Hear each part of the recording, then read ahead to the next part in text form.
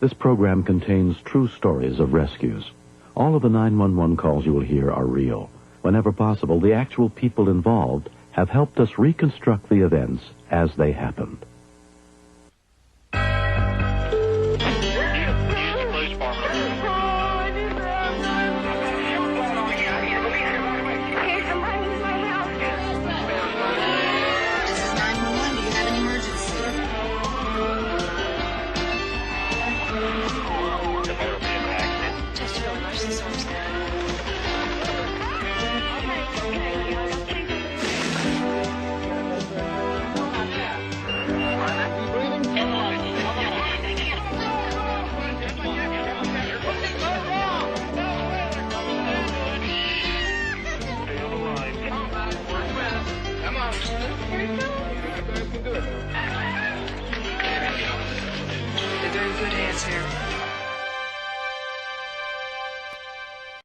We begin on September 3rd, 1991 in Chapel Hill, North Carolina. As real estate agent Lynn Feist was on her way to her last business appointment of the day.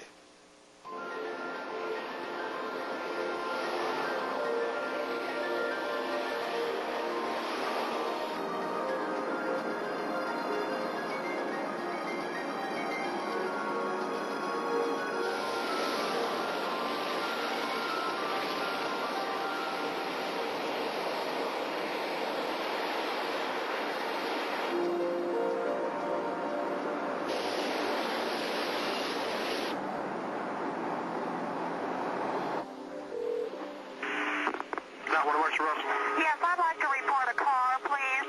BZC7 Carolina, sticker on the back, red car. He flashed a badge at me as I'm driving past him as if he were a cop, and then he got right behind me and started following closely. And then I got behind, I picked up the car phone. He immediately started to take off. I'm following him right now. You know where he is? Yes, When I first got the call, I thought this is an undercover officer or something like that. And he was trying to get her over for some type of violation that she had committed. Pardon me? He's in the 200 block of West Road. Right here. 911 dispatcher Terry Russell checked to see who owned the car. Yes, I can run a license plate and get it back within a matter of seconds. I don't like that he flashed a badge at me. Okay, we'll see who he is. Hold on just a minute. You stay on the phone with me and keep following. Is it a Mustang, ma'am? Yes, it is. It's Ford, red Ford Mustang. Okay, hold on just a minute. I know just about every law enforcement officer in Orange County, and he was not familiar to me at all. If this man is an impostor and he's trying to stop a female who's alone, he may be trying to sexually assault her, he may be trying to rob her, we just didn't know. Terry passed along the information to the police dispatcher, Jeff McVeigh. He's making a left on the camera. Where is he now? He's heading towards Cameron. He's on camera now. Where? Right, we're coming up to the light at Ransom. He's about to go through it here. He just ran the red light at Ramsden and Cameron? No, he's not running it. He's in the screen, but he's going right through it. Car 10.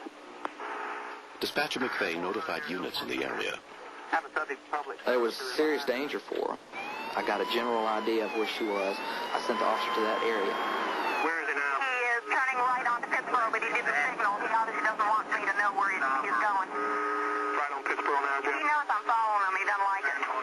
I did consider it to be a very scary situation for her.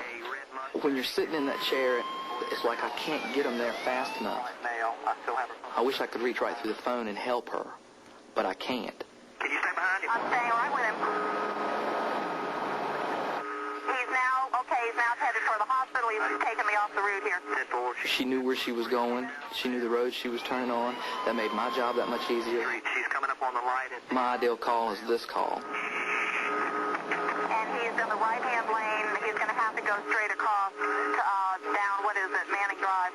Okay, but he's getting ready to go across? Yeah, we're on a red light. We're at the stop intersection. He's first. He's on his way across. He's going down, and the car's going to cut me off here. Are y'all moving, or are you still at the light? No, we're moving. All right, you passed? We got another red light coming up here at the hospital intersection. Okay. He's making a right onto West Drive, which is the parking deck, and he's trying to... Subject is turning off of Manning Drive onto West Drive now. Parking deck. Heading into the parking deck area. Turning into the parking deck right now of the hospital. He's going into employee parking, permit parking, and I don't know if he can get in. He's on West Drive. Yeah, parking deck. He's in the parking deck now. He's going into the first entrance. He's waiting for a ticket that's not coming. And he's having to back up. This is very interesting. He is trapped, and he knows that. At any moment, he could have gotten out of his car. That was the scariest part for me, for her. That was the point where I felt that she was in the most danger. Well, the gate at the parking deck is not opening for the subject. He's trying to back out now, and she's behind him. I'm staying right with him to the side. He knows he's caught right now. Okay, he's now coming. He's going to try the next parking deck here. That's obvious. He's turning into the patient visitor parking. What side of the parking deck are you on? I'm on the north, what is it, the west side? The side that the law building is on, and he's just gone into it. He's lost me. I can't go in after him. He's in the parking deck. Can you see the officer behind you? Okay. I do. Point the officer to the direction of where he's at. I'm not sure what his purpose was. That's what concerns me. Was he trying to pull me over, and then what would he have done? You acted properly. Okay.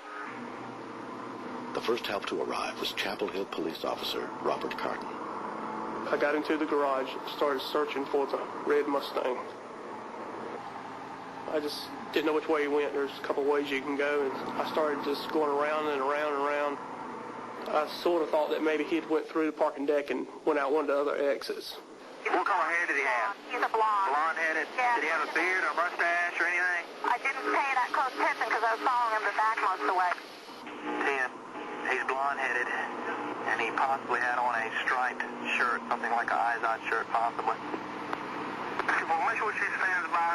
I'm going through the garage now. I did not see a red Ford Mustang, but I saw a white male with blonde hair walking. Something just told me to see if this is the guy, so I sort of gunned my engine a little bit. People who normally are innocent will step over to the side. People who have done something normally start doing what I call the penguin walk, trying to get away without running.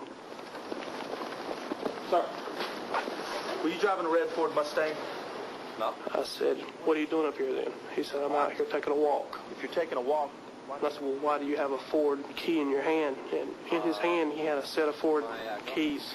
And I said, are you driving a red Ford Mustang? He said, yes. Stand back.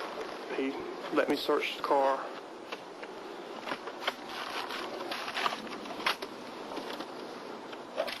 I found the badge in the console, and what he asked me was, am I going to be in trouble? Sort of sounded strange, and I said, well, I believe so. I don't think I ever got a truthful answer out of him where he in fact got the badge, and I never could get out of him what his intentions were to stop the lady. The suspect was subsequently convicted of impersonating an officer. It was not until afterwards that I thought of the reasons as to why this man was trying to pull me over. I was not concerned at the time that this was all happening, that I was going to be robbed or raped or assaulted. I became really suspicious when I realized that it was a little bit silly for an off-duty police officer to worry about a woman speeding 42 miles an hour in a 35-mile-an-hour zone. The good judgment and courage under pressure that Lynn Feist displayed during this incident particularly impressed her family. I mean, Mom thought pretty fast to pick up the phone and check if this guy was real. I'm proud that she was able to take a situation in her own hands and take control of it. I'm proud that she caught this guy. He undermined what we value and trust. We never have thought, I think, anywhere, that if we stopped for a police officer, he might not be real. I think the best thing that has come out of all of this is that a lot of people have learned from it. I learned to be a little more cautious and to think ahead. Here in North Carolina, state law says that to stop a vehicle, you must activate not just a blue light, but also a siren. If you do not believe who we are, we would much rather you go to an occupied location and let us follow you there, and you feel safe. It's a scary thing to be stopped by any police officer anyway. but one who, in fact, wants to get up to your car window, you realize it's not a police officer. It's got to put a chill down your spine.